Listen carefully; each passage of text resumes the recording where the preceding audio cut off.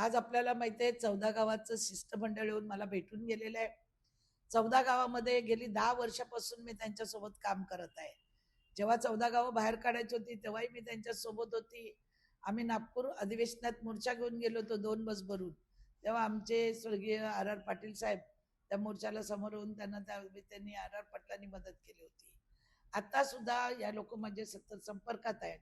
आता त्या गावाचा विकास जवळजवळ आमचे या प्रदेश अध्यक्ष महाराष्ट्राचे आदरणीय रवींद्र चव्हाण साहेब यांनी PWTच्या माध्यमातून 35 कोटीचे रस्ते केलेले आहेत जवळजवळ. आणि खासदार शिंदे त्यांनी तिथे मदत केलेली आहे. पाण्याची व्यवस्था झालेली आहे. लोकसंख्या कमी आहे, 1 वॉर्डची लोकसंख्या आहे. इतके 60,000 कोटीनं 50,000 कोटीची बातमी जी पसरवली जाते ही धंद्यात खोटी बातमी आहे. जे इतक्या लोकसंख्या कमी असणाऱ्या गावांना एवढा पैसा कशाला लागणार आहे, पहिली गोष्ट. आणि माननीय मुख्यमंत्र्यांचं नाव घेऊन इथे जे सांगितलं जातं की आम्ही गावं काढू, मी माननीय मुख्यमंत्र्यांना गेल्या 2 हप्त्यापूर्वीच एक पत्र दिलेलं आहे की 14 गावं दत्तक म्हणून महाराष्ट्र शासनाने घ्यावी, जेणेकरून या आमच्या पालिकेवर पण बोजा होणार नाही. आणि जे काही मदत लागेल छोटी मोठी ती पालिकाही करेल.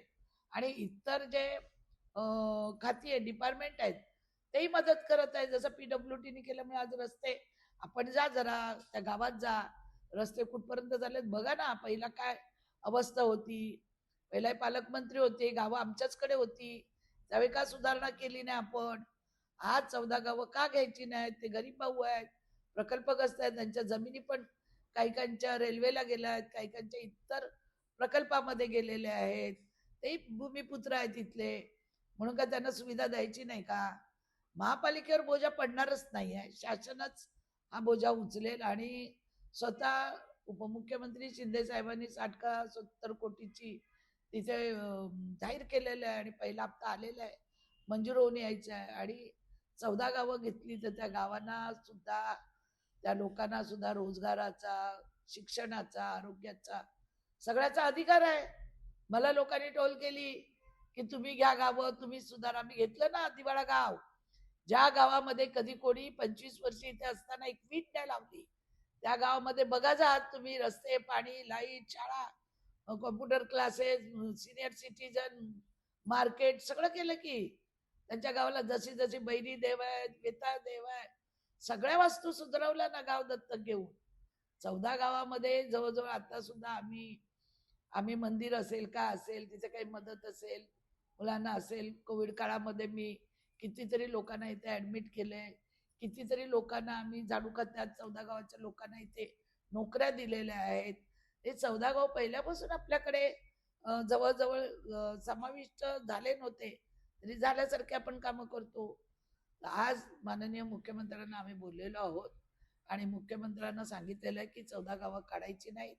आणि मुख्यमंत्री साहेब, पंतप्रधान नरेंद्रभाई मोदीजी यांचं स्वप्न आहे की गावखेडी ही सुद्धा शहराप्रमाणे चांगली झाली पाहिजे. त्या मुलांना पण शिक्षण आणि रोजगार मिळाला पाहिजे, महिलांच्या हाताला काम मिळालं पाहिजे, बचत गटाच्या माध्यमातून तिथे वेगवेगळे स्वरोजगार हे आले पाहिजेत.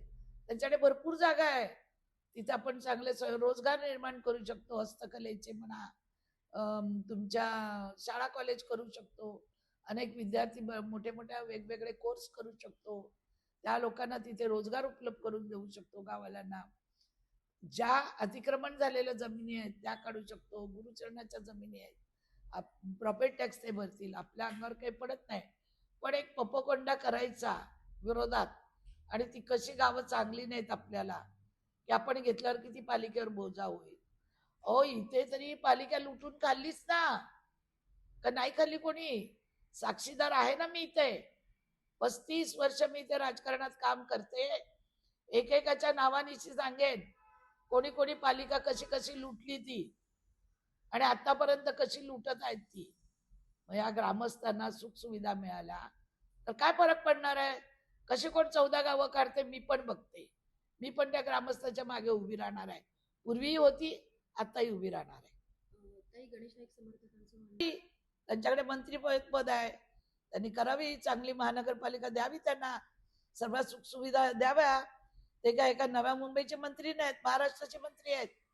त्यांनी सगळीकडे काम केलं पाहिजे. त्यांनी करावी ना, महानगरपालिका करा, नगरपालिका करा, पण त्यांना सुविधा द्या. मी त्यांच्या मागे उभी आहे.